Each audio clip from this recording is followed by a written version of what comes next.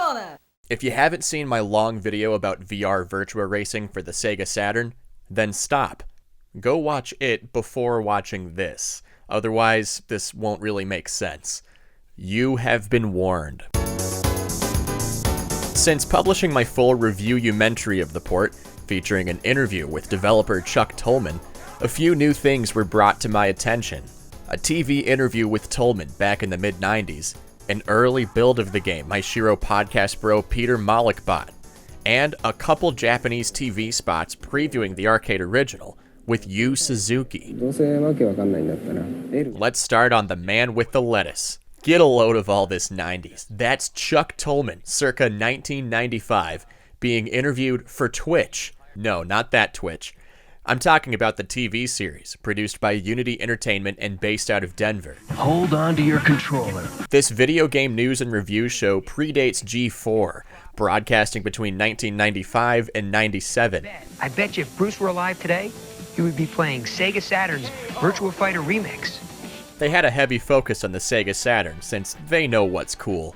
Each episode is filled with totally rad camera movement and industrial set pieces, a very grunge cool kid aesthetic.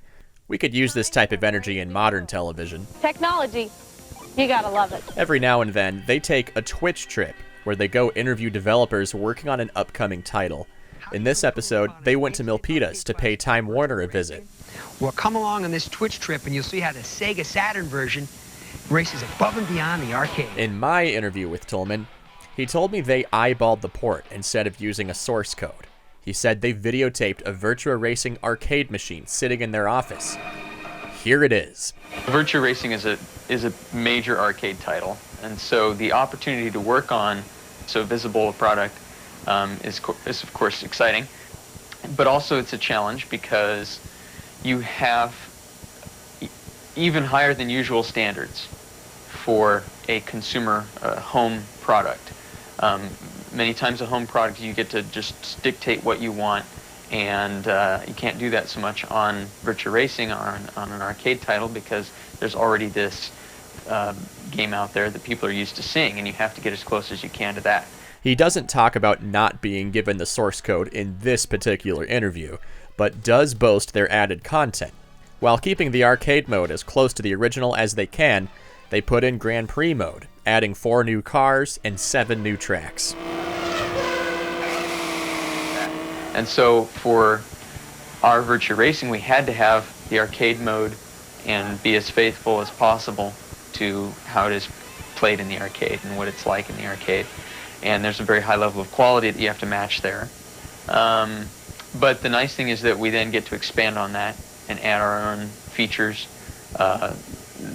Probably the most prominent of which would be the Grand Prix mode, my personal favorite thing. One of the other developers told Twitch, adding this new content was one of their greatest challenges.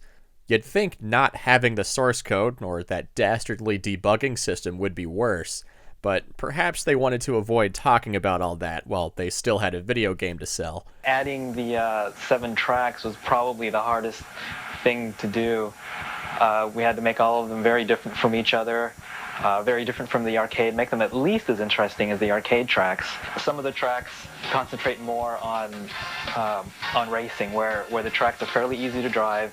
Some of the other tracks are very, very difficult, where you're braking and you're accelerating and you're trying to find the right line through corners, and on top of that you got to worry about racing with the other cars. So I think we built up a nice progression from the easy tracks where you just race to the harder tracks where you're basically trying to keep the car on the road.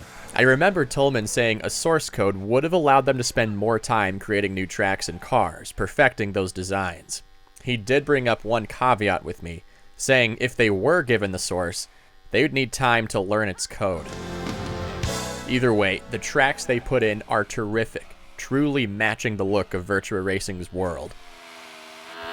Time Warner Interactive's VR Virtua Racing for the Saturn has all the classic arcade game features and the elements that players come to expect. 3D polygonal environment, a lightning-fast game engine, multiple racing views, and all-out driving fun. So check it out. This man right here especially screams 90s. From the suave comb job to his radical pattern shirt, ya boy has loads of programming tricks hidden in his rolled-up sleeves. Stay cool, nameless Time Warner employee.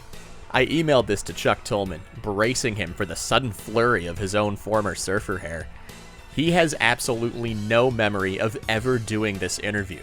What a trip, he adds. With a happy face, he thanked me for sending this his way, saying he's going to show this to his family. A big thank you to Reverend Tack Angel, Lenny1777, and Zyrule for bringing Twitch TV to my attention.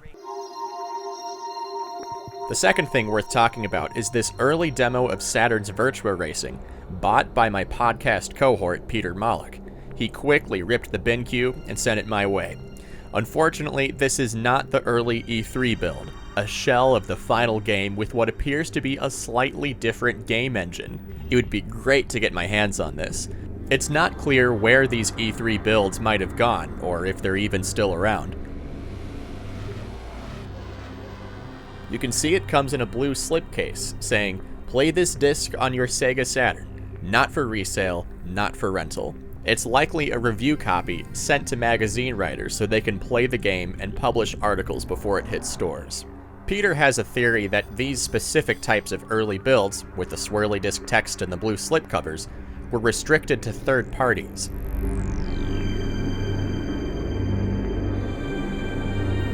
This appears to be more or less the same as the final build, showing a last modified date of August 29, 1995 when looking at disk files. The pressing date on the back says September 1995. I'm pretty sure this is either the same or close to the same as the current prototype on Hidden Palace, so if you want to go try it out, that'd be a great place to find it. The final release date for Saturn's Virtua Racing in North America is November 6th, per a Newswire press release. What this does tell us, the game appears to be complete in late August. This means Time Warner's initial deadline of Saturday, September 2nd was feasible. If the Saturn launched in the States on this originally planned day, instead of a surprise launch months earlier, the console could have been released with Virtua Racing. Shipping times and time spent pressing disc copies could have caused slight delays, but it seems like it would have been possible. They likely stopped caring about this deadline when Sega hurriedly shoved out the console 4 months ahead of time. May 11th? Yeah, that was a little more out of reach when you examine the E3 demo footage of this Virtua Racing port. And again, I spoke all about it in my first video about the game. But I did find this early build footage from Sega Saturn Choice Cuts, a game disc which has video demos of upcoming games.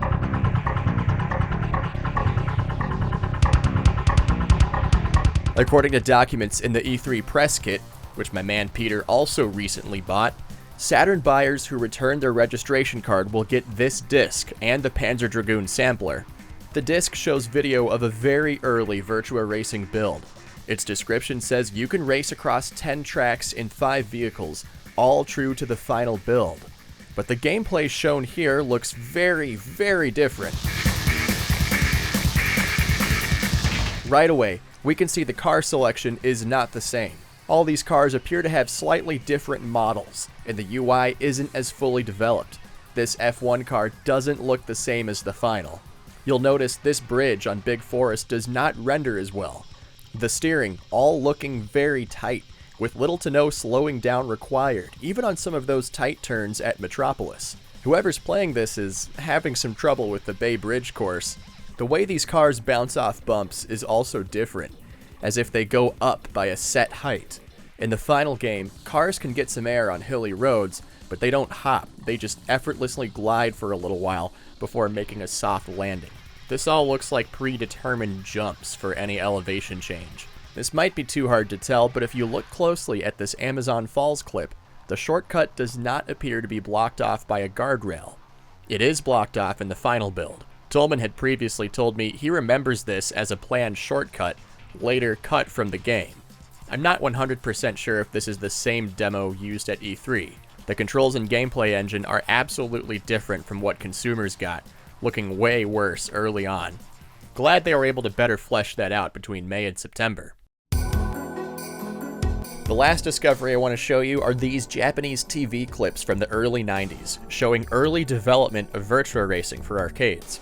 This first video starts with the chat with the Namco developer, showing off the prototype for Winning Run, which came out in 1988. I touched on this in the initial video. Winning Run beats Sega to making a polygonal 3D racing game in the arcades, but many argue it is not a fully realized experience. In fact, the interviewee himself admits it doesn't feel very real, and that this is just, quote, pioneering. He says at this time, 2D has not reached its full potential, but they still want to start exploring 3D, saying he expects all games to be 3D someday.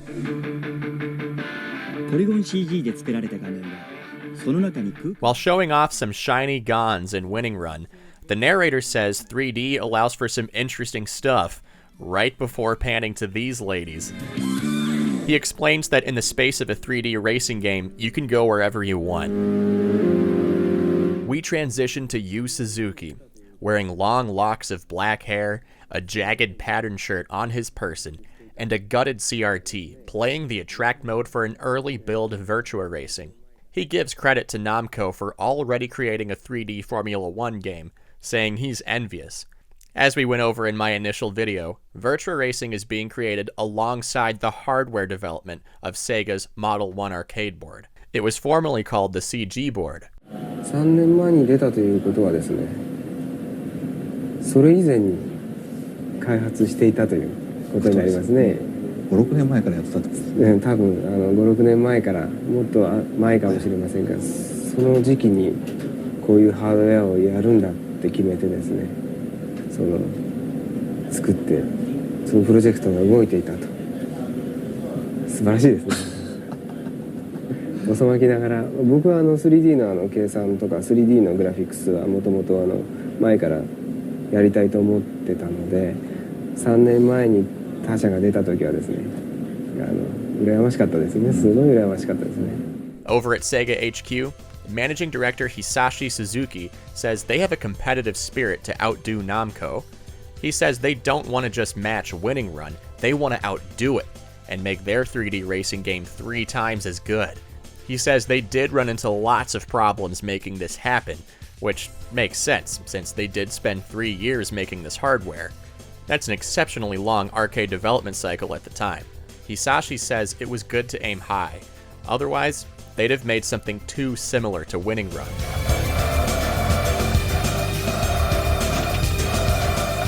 By now, we know Virtua Racing annihilated Winning Run, going on to define a video game genre. The narrator goes on to talk about how it truly takes advantage of 3D space. He says space a lot. Space. Space, space, space. At the end of this video, Yu Suzuki explains where the word Virtua comes from.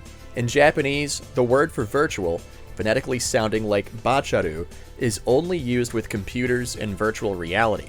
The broader meaning of virtual in Western worlds made them want to avoid calling it virtual racing. Suzuki wants Virtua to invoke Sega's own type of virtual reality, not like VR, but immersive games. The constant mission of his to immerse the player into the game as much as possible. So he's making the Virtua series a physical experience. He anticipates this is the direction the whole video game market will go.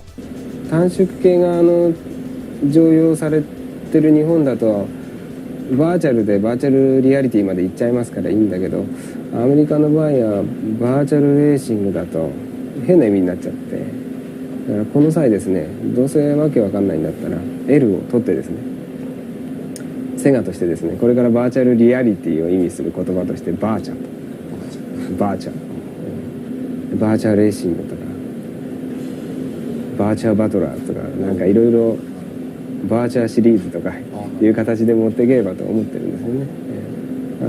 これから新しいマーケットとかバーチャル関係のものはですね、一つの流れになると思いますね。僕はなるような気がするんですよ。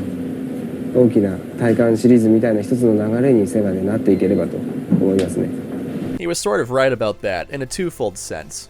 The whole industry to this day continues to explore new ways to physically immerse the player. He was also right about Virtua being a brand Sega constantly goes back to.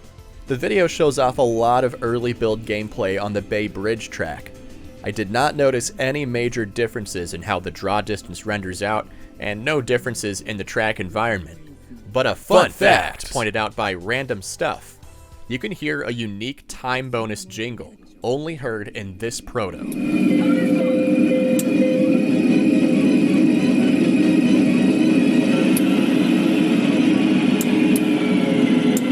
second video doesn't have nearly as much informative content. Suzuki talks a lot about different ideas he has for virtual reality, like what if you could turn left by physically moving your head left? It shows more Virtua Racing protos, and that's about it.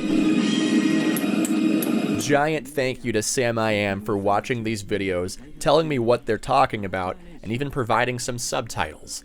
He speaks Japanese, I do not. He's also the guy working on the Princess Crown fan translation, so keep a lookout for updates on that monster of a project. Sam also took it upon himself to translate some Japanese magazine reviews of Saturn's Virtua Racing. This gives us an idea of what players from the IP's home country think of this American-made port. Sega Saturn magazine has 3 reviewers briefly mark their impressions in this section. Atsuko, one of the girl gamers, says plentiful courses, plentiful cars, calling the Grand Prix mode exciting, but she doesn't like the way it looks or the camera views. The second reviewer, London Kobayashi, likes the new courses, but both he and the third reviewer say this feels different, not like the arcade original. The third reviewer, Uncle Jam, says passionate fans will find the port lacking. All 3 gave it a 6 out of 10. I'll post the full translations below. One last side note. I did get an arcade racer. If you watched my original review, you might remember me talking about how this is not compatible with a 3D control pad, but does work with the wheel. Because of this, I believe this port is best played on an emulator, mapping an analog controller to the imaginary racing wheel. But I still always wondered, is Virtua Racing on Saturn better with a wheel controller? Like a case of hams, the new controller gives Virtua Racing a different taste. It took some getting used to, since I'm so accustomed to the regular controller, but after a few races, I really got into it. This does give you a better degree of control, improving the handling. I can finally give it a light touch on those small turns and car dodging, while fluidly swinging it around those tight turns of Metropolis.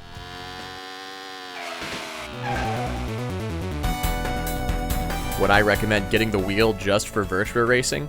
No, they're rather spendy, and only worth it if you want to enjoy several Saturn racing games with the wheel. This does not make it feel more like the original arcade game. I still think high-end emulation is the best way to play this port, since you can use virtually any kind of controller and keep the frame rate consistent. I use Mednafen. A big thanks to my supporters on Ko-Fi. Without your generous contributions, I would not have an arcade racer. Expect to see it in several future episodes and eventually a full video dedicated to the peripheral. With your support, I also got a mission stick, the first-party light gun, and an OSSC upscaler along with various SCART cables. If you're watching this in playlist order, you probably won't see RGB footage until a few episodes into the series. Again, thank you all so much for the contributions, kind words, and support. And more importantly, thank you all for watching. That's about all I got for this bonus episode. Who knows, maybe more stuff will come up on Virtua Racing. We could see a bonus episode. Time will tell. Have a great rest of your day.